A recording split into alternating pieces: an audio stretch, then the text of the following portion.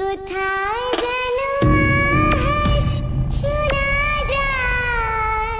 অনেকদিন পরে স্কুলটা খোলা হবে, একটা মাস হয়ে গেছে স্কুলটা বন্ধ।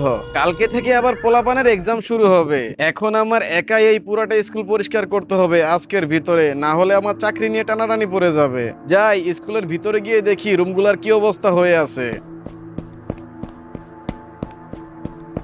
আরে বাপরে, স্কুলের ভিতরে চলে আসলাম না কোনো ময়লার ডাস্টবিনে চলে আসলাম। দেওয়ালগুলো তো ময়লায় একেবারে কালো হয়ে আছে। যাই দেওয়ালগুলো মুছতে শুরু করি।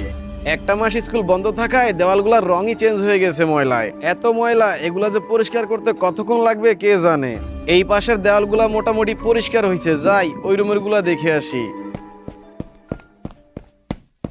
হায় হায়, এই রুমটাতে তো আরো বেশি ময়লা।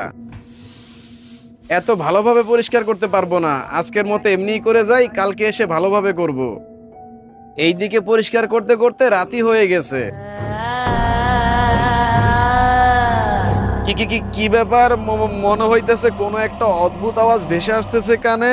এরকম আওয়াজ তো এর আগে আমি কখনোই শুনি নাই। এই আওয়াজটা কোথা থেকে আমার কানে আসতেছে? আমার তো মনে হয় স্কুলের ভিতর থেকে এই আওয়াজটা আসতেছে। ওইখানে কে ওইখানে? কেউ তো সাড়া দিতেছে না, বাইরে গিয়ে দেখি তো। রুম থেকে বাইরে আসলাম, কিন্তু এখানে তো আমি কাউকেই দেখতে পাইতেছি না, আর আওয়াজটা তো এখন আমার কানে ভেসে আসতেছে।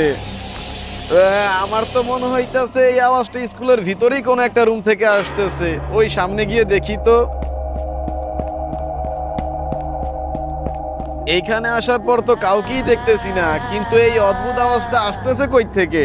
তাহলে কি কেউ আমাকে ভয় দেখানোর চেষ্টা করতেছে নাকি? রাসেল,